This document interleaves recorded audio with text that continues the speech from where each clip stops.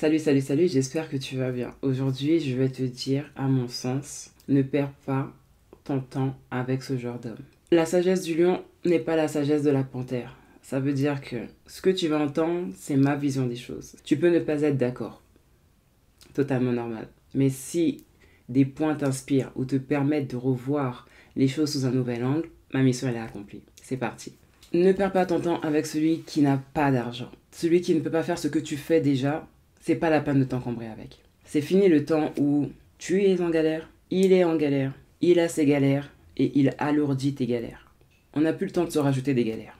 Ensuite, celui qui peut rester des jours et des jours et des jours sans te donner des nouvelles. Celui qui te ghost. On n'a pas besoin de fantômes ici. Ne perds pas ton temps avec ce genre de personne. Celui qui te demande de lui envoyer des nudes. Lui, il ne recherche pas une femme, il ne recherche pas une relation sérieuse, il recherche de la viande. Celui qui ne travaille pas. Celui qui cultive la culture de la paresse. Comment tu peux y voir un futur protecteur ou un futur pourvoyeur pour votre famille si, déjà tout seul, il ne prend pas soin de lui, il ne se protège pas individuellement.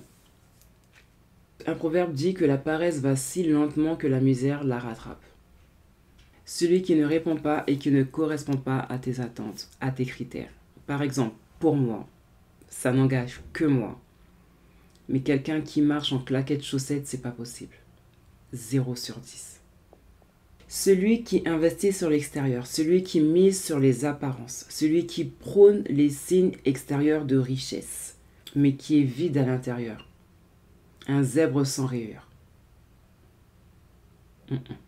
Une personne avec laquelle tu ne peux pas avoir de discussion parce qu'il est vide intellectuellement, parce qu'il n'a pas de culture générale, mais tout ce qui l'intéresse, c'est l'extérieur, ce qu'il représente, ce qu'on voit de lui. Celui qui te demande de faire 50-50, de diviser l'addition. Je trouve que ça fait radin. C'est mon point de vue. Si un homme me dit je t'invite au restaurant et si arrivé au restaurant il divise l'addition, tiens toi t'as pris ça, moi j'ai pris ça, tu payes ta part, je paye ma part, je verrais ça un peu comme une insulte. Tu vois, c'est moi. Je préfère je paye pour tout le monde ou il paye pour tout le monde plutôt que pour moi je trouve ça disgracieux. Celui qui est overbooké, celui qui n'a pas le temps de t'appeler, celui qui n'a pas le temps de t'envoyer des messages. Personne n'est trop occupé, c'est juste une question de priorité. Et quand tu vois ça, c'est que tu ne fais pas partie de ses priorités. Ou sinon, j'aurais même envie de te dire qu'il a une très mauvaise gestion de son organisation, de son temps. Parce que quand on veut, on trouve un moyen et non des excuses. Celui qui te rabaisse, qui te critique sous couvert de « je plaisantais », c'est de l'humour. Dans tout humour, il y a toujours une part de vérité. Celui qui demande à ce que tu lui rembourses l'avance qu'il t'a faite. Celui qui t'appelle pour te demander de lui rembourser ce qu'il t'a avancé. Celui qui t'envoie des messages pour te demander quand est-ce que tu me rembourses l'argent que je t'ai prêté. Voilà. Celui qui est colérique. Si, dans un élan de colère, il jette son téléphone contre le mur ou n'importe quel objet, sache qu'un jour, c'est toi qui pourrais y passer. Il faut que tu fasses attention au manque de maîtrise de soi.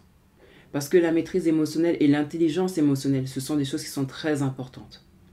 Celui qui est disponible quand il a besoin de toi, ou bien qui se rend disponible parce qu'il sait qu'il pourrait tirer quelque chose de toi.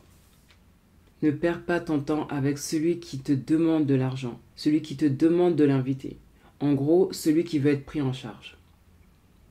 Celui qui est dépendant à l'alcool, aux drogues, au jeu, à l'argent. #destruction. Même si tu aimes te sentir utile et jouer aux infirmières, vouloir le sauver ne le sauvera pas, sauf s'il en fait la démarche personnellement. Mais si jusque-là, il n'a entrepris aucune démarche pour s'en sortir, c'est juste à toi de partir. Celui qui inclut ses amis dans vos sorties et où il te demande de payer pour ses amis. Celui qui n'a pas de projet avec toi et qui te dit « suivons le flot et voyons où ça nous mènera ». Ce flot ne vous mènera nulle part. Celui qui parle rapidement de sexe, d'aller à l'hôtel, ou bien de faire ça dans la voiture. Le pro de la communication sexuelle, le pro du langage corporel. Là où il y a la délicatesse des gestes, il y a des sentiments.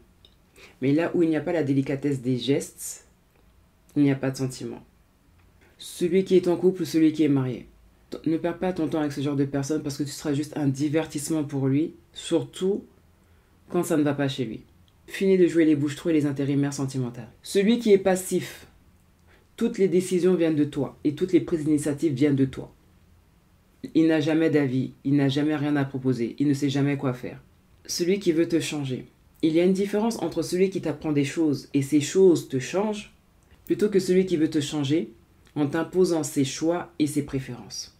Attention aux relations dominant-dominé, gagnant-perdant ou gagnant-perdante. Ça devrait être gagnant-gagnant, même si le mot gagnant n'est pas forcément approprié à la situation. Celui qui sait prendre sans jamais donner. Le pro de la relation à sens unique. Celui qui a un compte bancaire où il n'y fait que des retraits mais jamais de dépôt. En gros, celui qui te vampirise. Il sait prendre de toi ce que tu as à lui donner, ce que tu peux faire pour lui, mais il n'y a pas de retour sur investissement. Celui qui ne sait pas ce qu'il veut, celui qui est dans la confusion, celui qui est dans le brouillard. La conduite d'un aveugle ne mène nulle part. Le bonnet de nuit. Celui qui préfère à longueur de temps rester allongé à regarder la télévision. Le muscle endormi, j'ai envie de te dire. Aucune activité extérieure. Et il va te dire qu'en fait, parce qu'il en fait assez à son travail, il faut que dans ses jours de repos, il se repose. Celui qui dit beaucoup de choses mais qui n'en fait rien. Les promesses qui sont suivies d'actes, c'est ce que tu dois considérer. Mais les promesses toutes seules, franchement, on fait rien avec. Donc si à un moment donné, tu arrives à 2-3 promesses suivies de 0 acte, non seulement tu sais à qui tu as affaire, mais aussi tu sais ce que tu as à faire. Et il y a celui qui est de la même confession religieuse que toi. Mais lui, il voit, il prend, il comprend les choses à sa manière. Vous n'êtes pas sur la même longueur d'onde spirituellement. Il appelle le mal bien ou il voit le mal pas grave. Celui qui n'est pas véritablement converti dans son cœur. Donc remets-le entre les mains de Dieu et continue ta route.